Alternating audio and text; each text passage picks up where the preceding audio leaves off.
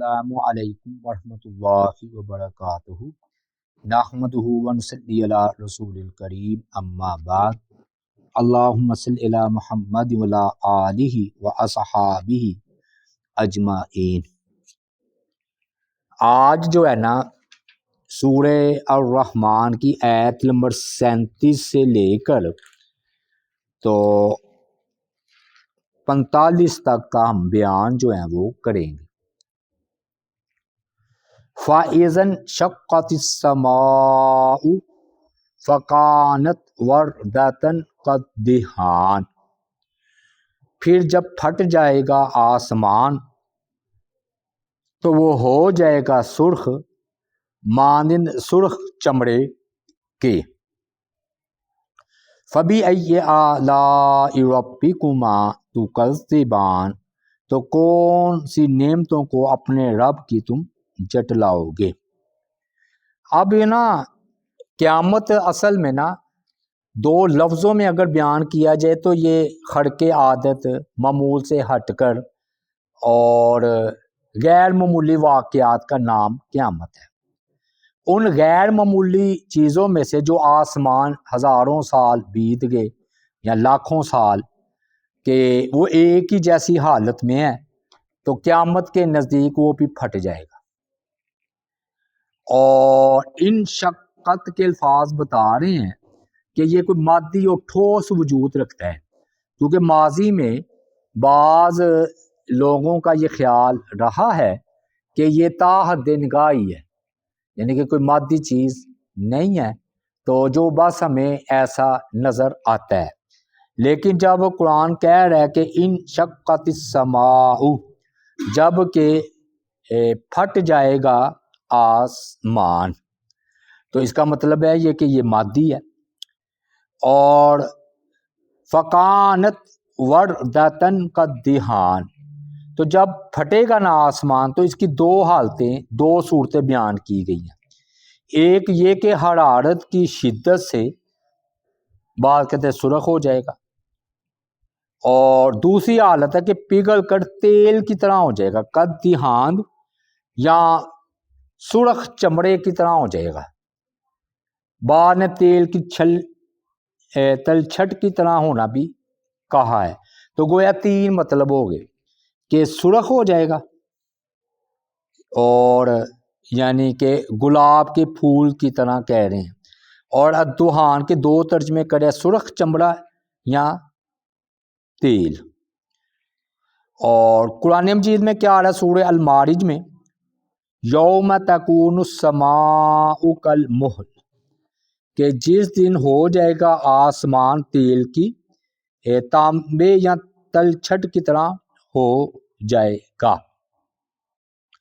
پھر نا یہ جو آسمان کی یہاں پر بات کی گئی ہے تو یاد رکھیے بعض یہ نہیں ہوگا کہ زمین و آسمان جو ہے نا کہیں اور چلے جائیں گے، ختم ہو جائیں گے، بلکہ یہ اپنا نا انداز بدلے گا، کیونکہ قرآن مجید میں دوسری جگہ آ رہا ہے یوم تبدل الارض والسماء، کہ ہم زمین و آسمان اس دن بدل کر رکھ دیں گے، کیونکہ اسی زمین پر تو میدان محشر ہونا ہے، پھیلا دی جائے گی زمین، پہاڑ سمندر میں ڈال کر سمندر پہاڑ سب جیسے یہ نہیں ہموار فرش، اس طرح ہو جائے گا۔ یہ کیوں؟ تاکہ کوئی چھپے نہ، ہر ایک کا حساب بالکل سامنے ہو۔ تو زمین تو یہی ہوگی، آسمان بھی یہی ہوگا، لیکن جو ہے نا وہ بدلا ہوا ہوگا۔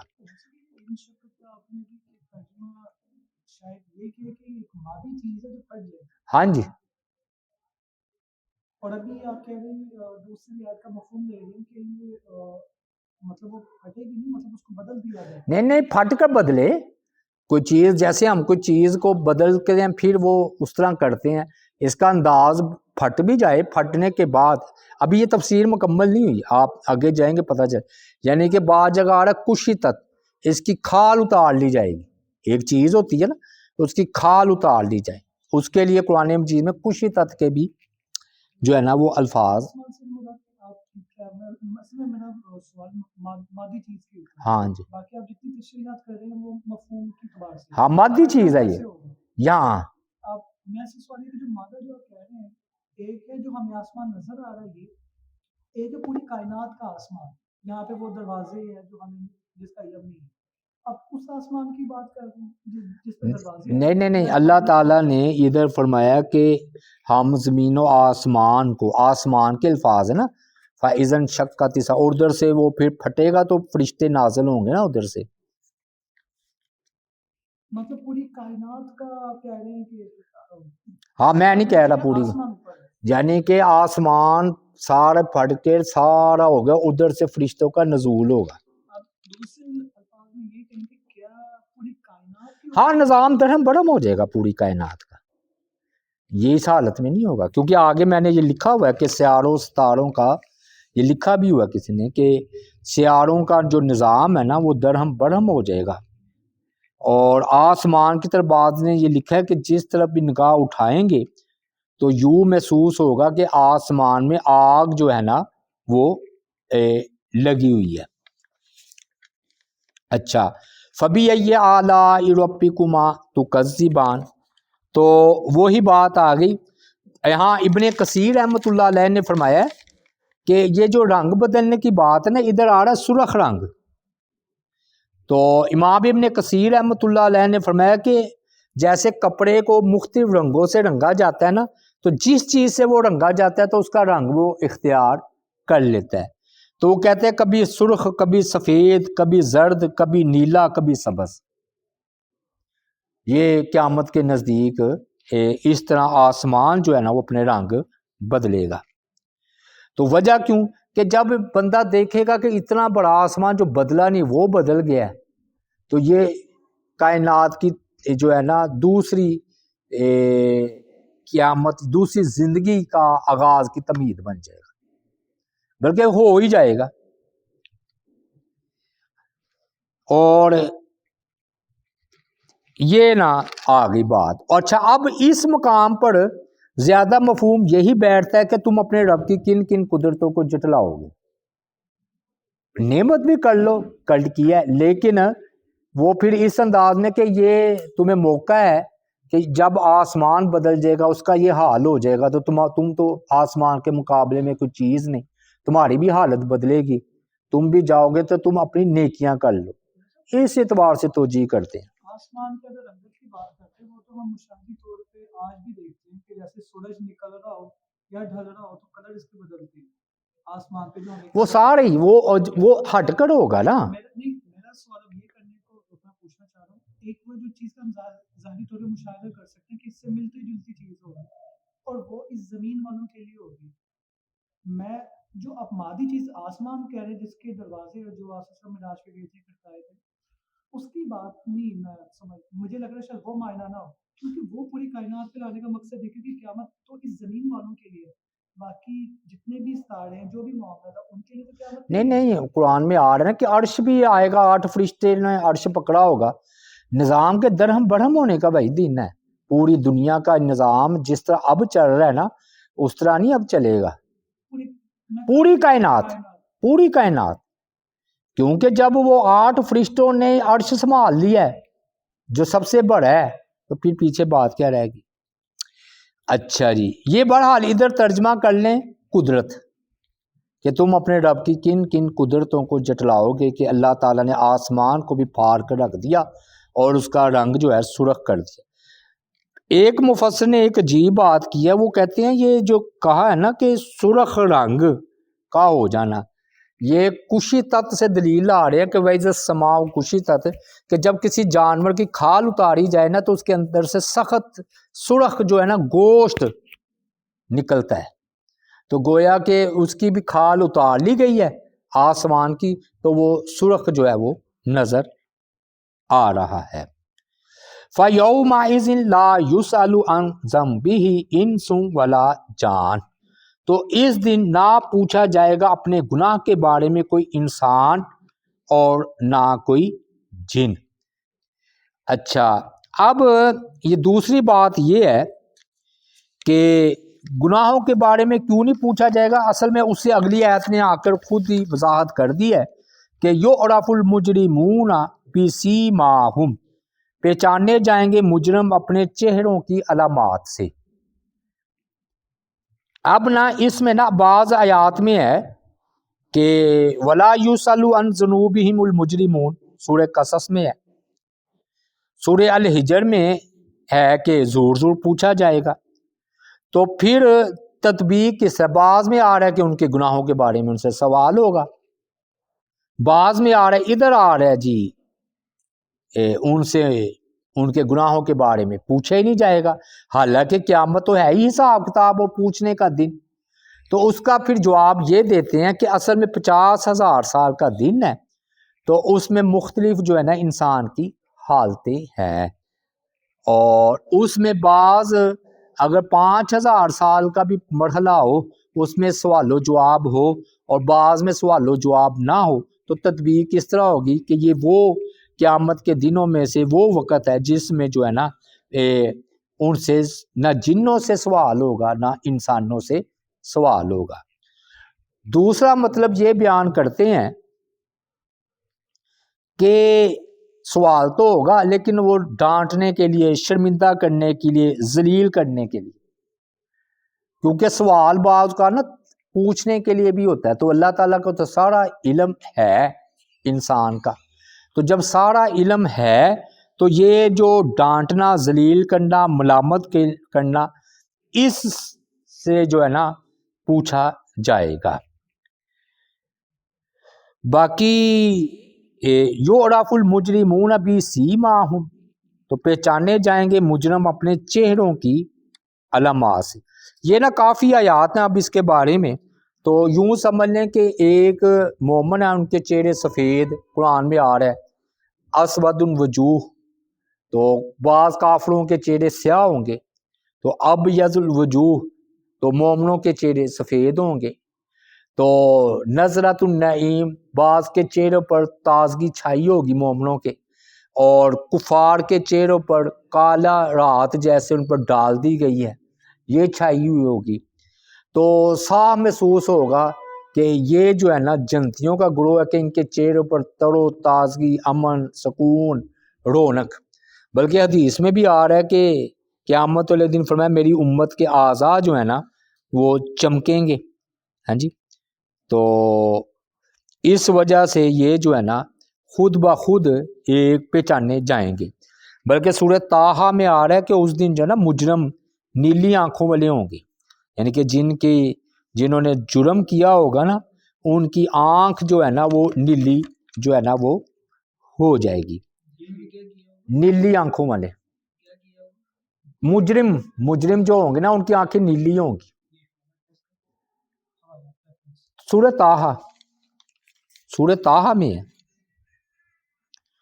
زرقن کے الفاظ ہیں نہیں، زرقا، کہ ان کی آنکھیں جو ہے نا سورہ طٰہٰ 102 نمبر آیت ہے، سورہ طٰہٰ آیت نمبر 102 ہے کہ مجرم نیلی آنکھوں والے ہوں گے۔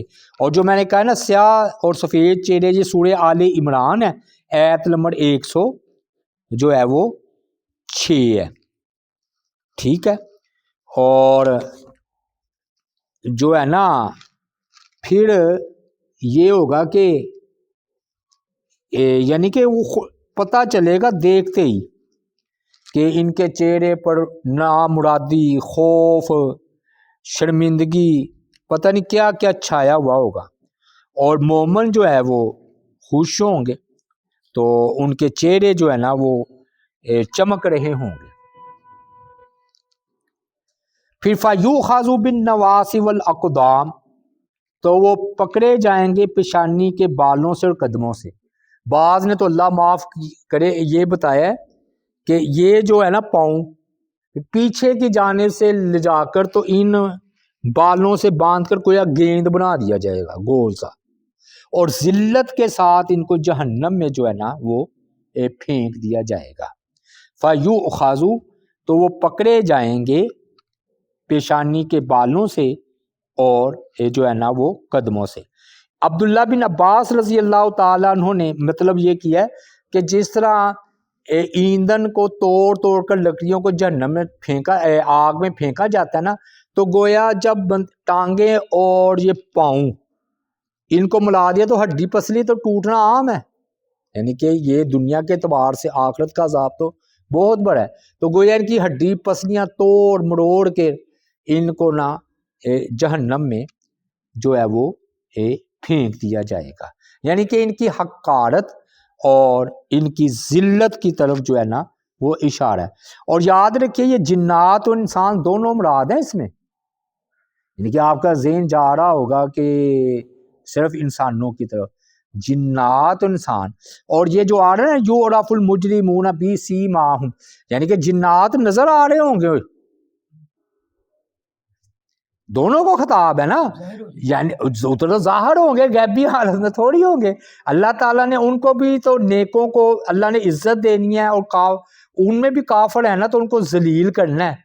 تو اس لیے تو یہ ہے نا یعرف المجرمون بسیماہم. تو یہ جنات بھی اپنے چہروں سے نہ پہچانے جا رہے ہوں گے. میں نے اس لیے تھوڑی سی وضاحت کر دی کہ آپ کا ذہن ادھر نہیں جائے گا جلدی کر کے. کدھر نہیں نہ جا رہا تھا، ویسے نہیں جا رہا.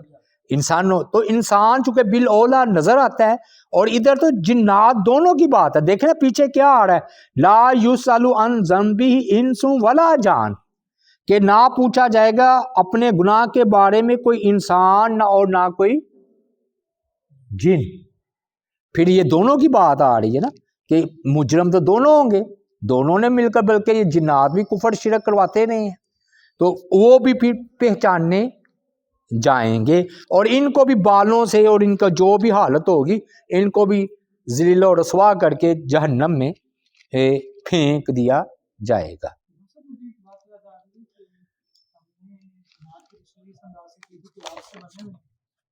تو ان کی کوئی ایک مستقل شکل نہیں ہے جو انسانوں کی. اصل میں نا جب آپس میں جو ملتے ہوں گے اللہ تعالیٰ نے پہچان کا ذریعہ بنایا. ابلیس جو ہے تو وہ جنوں میں سے تھا، تو اس کو اللہ نے خطاب کیا ہے نا، اور وہ جہنم بھی جائے گا، کرسی ڈاک کر بھی بیٹھے گا، اس کو پہچانا جا رہا ہوگا تو اس کو ابلیس کو خطاب ہوگا نا. ایک ہوتا ہے ہمارے لیے، ایک ہوتا ہے جنات کا آپس میں. لیکن یہ اس وقت تو اصل میں نا چھپی ہوئی چیزوں کے ظاہر ہونے کا ٹائم ہے. میں نے پہلے بتایا کہ اس کو قیامت کو عام حالات پر قیاس نہیں کیا جا سکتا. یہ غیر معمولی خرق عادت، معجزاتی طور پر یہ عادت سے ہٹ کر چیزیں ہیں. اب یہی دیکھ لیں کہ مجرم لوگ اپنے چہروں سے پہچان لیے جائیں گے، جنات بھی اس میں ہوں گے.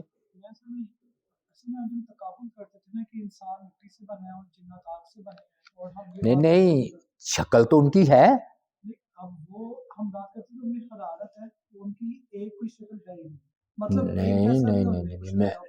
نہیں وہ ایسے ہی کہہ دیتے ہیں ہلولا الولا، شکل تو ان کی ہے. آخر ابلیس جو ہے وہ جب جنات ہے تو یہ ایک دوسرے کو کیسے، کیونکہ اللہ تعالیٰ نے یہ مختلف شکلیں دی اس لیے کہ ایک دوسرے کی پہچان ہو. فرض کیا یہ اپنے ہی بہن بھائیوں میں جاتے ہیں، اپنے ہی رشتہ داروں میں جاتے ہیں، تو ان کو نہیں پتا جی ماں ہے، بہن ہے، بیٹی ہے، یہ آپس میں شادیاں بھی کرتے ہیں، ان کی اولاد بھی ہوتی ہے، اور وہ پھر وہ پہچانتا ہے تو اس کو جپھی جپھی ڈالتا ہے نا. تو مطلب یہ ہے کہ وہ بات نہیں، یہ جنات کی شکلیں ہیں، کیوں نہیں ہے. تو یعرف المجرمون، تو پہچانے جائیں گے مجرم اپنے چہروں کی علامت سے، اور ان کو نہ اس ذلت امیز عذاب کے ساتھ نہ جہنم میں پھینک دیا جائے گا. تو فرمایا فَبِأَيِّ آلَاءِ رَبِّكُمَا تُكَذِّبَانِ، تو کون سی نعمتوں کو اپنے رب کی تم دونوں جٹلاؤ گے. اب نا ادھر دیکھیے قدرت کا مفہوم بھی بیٹھ رہا ہے، سخت سزا ہے نا. یعنی کہ ادھر نعمت کیا ہے، تو نعمت کی بھی بہرحال توجیہ کرتے ہیں. اور نعمت کی وہ کیسے توجیہ کرتے ہیں، وہ کہتے ہیں کہ نعمت ایسے ہے مومنوں پر کہ مومن بڑے خوش ہوں گے. اتنا کیوں خوش ہوں گے، اطمینان والے ہوں گے، ان کے چہرے چمک رہے ہوں گے، کیونکہ انہیں اپنے رب کے عدل و انصاف پر یقین ہوگا. یعنی اور یہ مجرم ہے نا، تو جب ان کو پتہ ہے کہ اللہ تعالیٰ نے عدل کرنا ہے، ہاں جی، یہ ہے بھی اگر ہوئے بھی کافر، تو پھر وہ یہ ڈر رہے ہوں گے. اور وہ امن اور سکون سے کیوں ہوں گے، اس لیے ہوں گے کہ ان کو پتہ ہے کہ ہمارا رب ہم پر ظلم نہیں کرے گا. دوسرا نعمت کی یہ بھی توجیہ کرتے ہیں، اور واقعی پہلے میری نظروں میں نہیں تھی، اب میں نے پڑھا تو پھر وہ یہاں یاد تازہ ہو گئی. کہ یہ جو فرمایا نا یعرف المجرمون بسیماہم کہ پہچانے جائیں گے مجرم اپنے چہروں کی علامت سے، تو تم اپنے رب کی کن کن نعمتوں کو جٹلاؤ گے؟ قدرت کریں گے تو پھر تو وہ کوئی مسئلہ نہیں، وہ میں نے آپ کو بتایا زیادہ ترجیح والا ہے۔ ہم اب ان کی توجیہ پیش کرنے ہیں جو اس کو نعمت کہہ رہے ہیں، جو اس کو نعمت کہہ رہے ہیں۔ بات یہ ہے کہ جو ہے نا مجرم جو لوگ جو ہے نا وہ اپنے چہروں سے پہچانے جائیں گے، تو آپ کو پتہ ہے کہ تفتیش کرنا، یہ جو ہوتی ہے نا تفتیش کرنا، یہ بڑا مشکل جو ہے نا مرحلہ ہوتا ہے۔ کس کا؟ تفتیش کا۔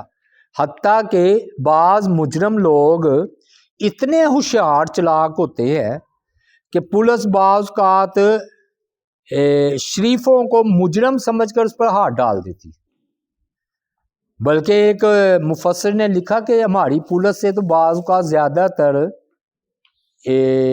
شریف لوگ ہی ظلم کا نشانہ بن جاتے ہیں۔ کتنا کتنا عرصہ بے گناہ جیلوں میں پڑے رہتے ہیں۔ اور آپ دیکھ لیں چاہے وہ مذہبی ایشو ہو، مطلب زمین کا مسئلہ ہے، جائیداد کا مسئلہ ہے، تو گستاخ رسول کی سزا ڈال کر چلو جی جس نے گستاخی کی کئی واقعات ہیں، ٹھیک ہے۔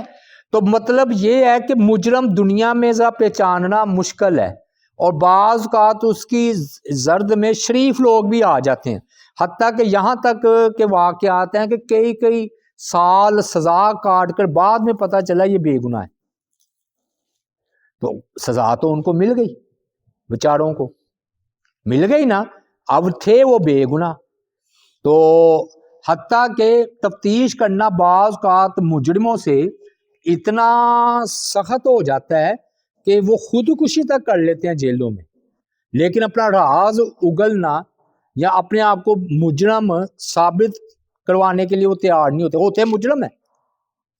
اور بعض اوقات اپنی قوم کے پیچھے مجاہدین کو ہی دیکھ لیں، اگر بعض اوقات وہ کفار کے ہاتھوں آ جاتے ہیں تو وہ شہادت قبول کر لیتے ہیں، لیکن اپنے بھائیوں کا راز کھولنا گوارا نہیں کرتے۔ اور میں مجرم نہیں ہے مجاہدین، لیکن ہندوؤں کے کفار کے نزدیک، ان کے نزدیک تو یہ مجرم ہے، اور وہ کیسی کیسی ان کو اذیت دیتے ہیں اور دے کر ان سے راز کو اگلوانے کی کوشش کرتے ہیں۔ حتیٰ کہ وہ ہم نے بچپن میں جب جاسوسی ڈائجسٹ پڑھتے تھے تو اس میں لکھا ہوتا تھا کہ وہ انہوں نے کیپسول چھپا رکھا ہوتا تھا کہ جیسے ہی وہ اس کو مارنے لگے تو انہوں نے کیپسول چبایا، اندر ہی لے گیا، ادھر ہی ڈیتھ ہو گئی، منہ سے نیلا نلا جاگ نکلنے شروع ہو گئی۔ تو گویا کہ یہ یاد رکھیے، تفتیش حق والی، سچ والی، مجرم تک پہنچا دینے والی تفتیش، یہ آسان مرحلہ نہیں ہوتا۔ اس لیے تو سی آئی ڈی ہوتی ہے، جاسوسی محکمے ہوتے ہیں، وہ پھر ان کو ٹریننگ اور تربیت دی جاتی ہے کہ کس انداز میں آپ نے مجرم سے راز کو اگلوانا ہے، کس طرح اسے تفتیش جو ہے وہ کرنی ہے۔ تو بعض کا تو تفتیش کرتے کرتے مجرم جو ہے دنیا سے چلے جاتے ہیں، لیکن اس سے زیادہ دکھ کی بات یہ ہے کہ بعض کا شریف لوگ ظلم سہ سہ کر مر جاتے ہیں، اور یہ پولیس اور یہ ظالم لوگ اس کو مجرم ثابت کر رہے ہوتے ہیں۔ تو فرمایا کہ یعرف المجرمون بسیماہم، میرے فرشتوں کو اللہ فرماتے ہیں مجھے، میرے علم کو یہ چیلنج نہیں ادھر کر سکیں گے، یہ تو چہروں سے پہچان لیے جائیں گے کہ یہ مجرم ہے، تفتیش کی کوئی ضرورت نہیں ادھر۔ بعد میں سمجھا پا رہا ہوں، اور یہ بہت بڑی نعمت ہے کہ شریف بندہ نہایت امن میں ہوگا کہ ہم نے یہ چونکہ جرم کیا نہیں، کوئی ایسا جرم ہم نے کیا نہیں تو ہمیں سزا بھی نہیں ملنی۔ اس حوالے سے یہ بہت بڑی اللہ کی نعمت ہے کہ فرشتے، اللہ کا علم کامل، یہ لوح محفوظ سے تقدیر میں یہ کرامن کاتبین دکھا دیں گے تمہاری یہ حرکتیں ہیں۔ وہ نہیں لکھا ہوگا توبہ نعوذ باللہ جو اس نے کیا ہی نہیں، صرف وہ لکھا ہوگا جو انہوں نے کیا، تو نعمت نہیں۔ تو میں نے یہ آپ مزید مضمون بنا لیں اس پر، جتنا آپ پتہ، آپ ادھر ذرا ذہن دورائیں کہ تفتیش کرنا یا مجرم کو راز اگلوانا یا سچائی پہ پہنچنا بعض کا کتنا مشکل ہوتا ہے، اور کتنے پردے پڑے ہوئے ہوتے ہیں۔ پھر یہ ہمارے جاسوسی سی آئی ڈی والا نظام حرکت میں آ کر، آج تک تو بے نظیر کے قاتل نہیں ملے، آج تک تو ضیاء الحق کے وہ جن کا کیا وہ نہیں ملے، کتنے راز پردے میں ہیں. تو اس دن جتنے بھی رازدان ہوں گے نا مجرم, جنہوں نے بم دھماکے کیے, جنہوں نے قتل کیا, کسی نے خفیہ جو بھی سازشیں کی, سب پہچانے جا رہے ہوں. تو یہ نعمت نہیں, یہ بہت بڑی اللہ کی نعمت ہے کہ شریف آدمی, مومن آدمی امن سے ہوں اور بدماش جو ہیں وہ ہوں ایسے. ہاذہ جہنم التی, تو یہ دونوں مفہوم بن گئے جی, نعمت کا بھی اور قدرت کا بھی, لیکن قدرت کا اگر کر لیں تو زیادہ بہتر ہے. ہاذہ جہنم التی یکذب بہا المجرمون, یہ ہے جہنم وہ جو جٹلاتے تھے اے مجرم. یطوفون بینہا و بین حمیم آن, تو وہ گردش کریں گے درمیان اس کے اور درمیان سخت گرم پانی کھولتے ہوئے کہ فَبِأَيِّ آلَاءِ رَبِّكُمَا تُكَذِّبَانِ, تو کون سی نعمتوں کو اپنے رب کی تم جٹلاؤ گے. اچھا, یہ جو پہلی جو آیت ہے نا, اگلی جو ہے وہ تو میں نے تعلق جوڑ دیا نا پچھلی آیت سے, بن نواسی والاقدام سے, جو اب یہ ہے کہ یہ ہے وہ جہنم, وہ جو جٹلاتے تھے اسے مجرم.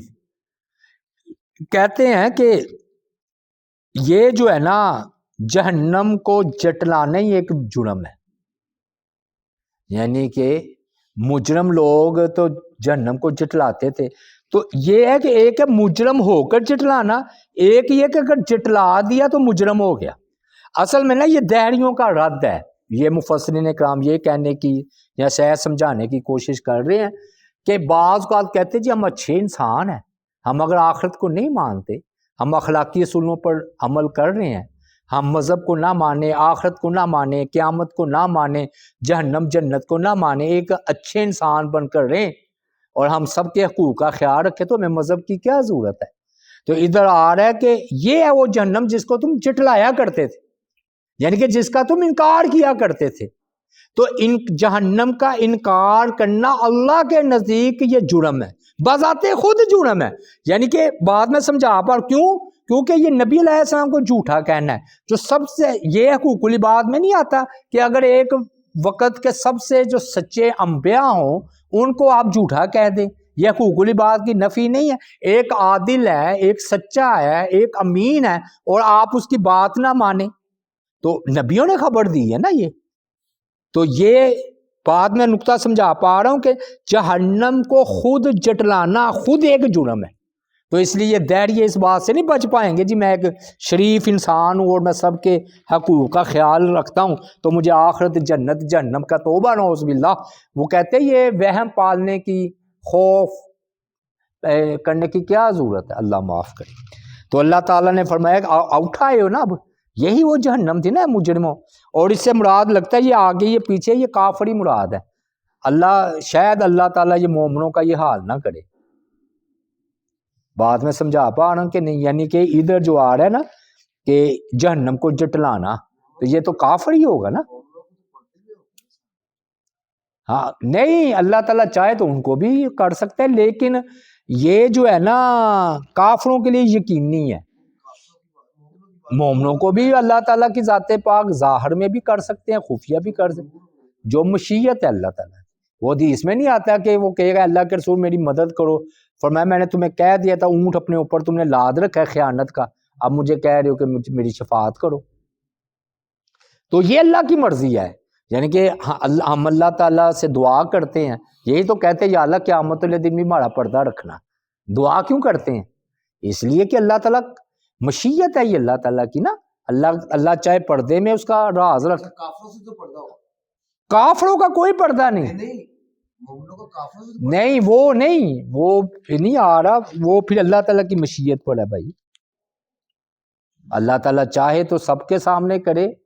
جب اللہ تعالیٰ نے انہیں جہنم میں جو پھینکنا ہے کافر, تو کافروں کو پتہ نہیں چلے گا کہ یہ مسلمان کافر جہنم میں آ گیا. تو اللہ تعالیٰ نے شرک وَيَغْفِرُ دُونَ ذَلِكَ لِمَن يَشَاءُ, ہاں تو پھر اللہ ہاں بالکل, تو ہاں تو آ گیا نا وہ. اور دوسری بات ہے کہ اس دن قرآن مجید میں آ رہا ہے کہ سورہ 14 پارے میں غالباً تھا علیجڑ میں مجھے وہ موضوع یاد آیا، تو جب کافر اور مسلمان دونوں جہنم میں جائیں گے تو پھر وہ تانا دیں گے کافر مسلمانوں کو کہ تمہیں، ہم بھی کافر ہیں، ہم بھی جہنم میں آگے، تم بھی آگے، تو تمہارا مسلمان ہونا تمہیں کیا فائدہ دیا؟ کہتے پھر اس وقت اللہ کی رحمت جوش میں آئے گی کہ ہے تو میرا توحید پرست بندہ تھا، تو اللہ تعالیٰ نکال لیں گے۔ اس وقت کافر کہیں گے کاش ہم لو کانوا مسلمین، کاش ہم مسلمان ہی ہوتے۔ تو بڑا نکالنا تو اللہ ہے، لیکن یہ اللہ کی مشیت پر سمجھے بات۔ ہاں اللہ، ہم اللہ سے اکثر کا چاہے ایسے ہی مان، لیکن جتنی ذلت کافر کی ہوگی اتنی مومن کی نہیں ہوگی، یہ بات پکی ہے۔ ہاں فرق ہوگا، لیکن یہ بات ہے یطوفون بینہا و بین حمیم آن، وہ گردش کریں گے درمیان اس کے اور درمیان سخت پانی، گرم پانی کھولتے ہوئے کے۔ حمام نہیں ہم کہتے گرم پانی والا ادھر سے، تو یہ نا اللہ معاف کرے پیاس لگے گی نا تو وہ جائیں گے تو پیاس کی شدت سے پانی پئیں گے تو اندر کی آنتڑیاں کٹ کٹ کر گریں گی، لیکن موت نہیں ہے۔ اصل مسئلہ پتہ کیا ہے جہنم کا؟ جو سب سے مجھے لگتا ہے خوفناک مرحلہ موت نہیں ہے۔ یہ دیکھیں نا، یہ تو ایسی حالتیں ہیں کہ بندہ انجی مر جائے، خوف سے مر جائے۔ ثم لا یموت فیہا ولا یحیا، نہ ادھر موت ہے اور نہ وہ کوئی زندگی ہے، اللہ معاف کرے۔ اب دیکھیے نا اللہ فرما رہے ہیں کہ پیاس شدت کے ساتھ لگی ہوئی ہے اور وہ گردش کر رہے ہیں کہ پانی مل جائے، اور پانی بھی کیا کھولتا ہوا جو کہ چمڑی پر گرے تو اس کو جلا دے، تو اندر جا کے سارا کچھ ختم کر دے گا لیکن موت نہیں۔ پھر ہاں یعنی کہ تازہ جس طرح جنت میں تازہ با تازہ نعمت، اسی طرح انہیں تازہ با تازہ عذاب، اللہ معاف کرے۔ ہاں ہاں وہ تو موت کو پکاریں گے، قرآن کہہ نہیں رہا، اللہ کہے گا کئی موتوں کو پکارو، ادھر آپ خاتمہ نہیں ہے۔ بڑا جی اللہ تعالیٰ جہنم سے محفوظ فرمائے۔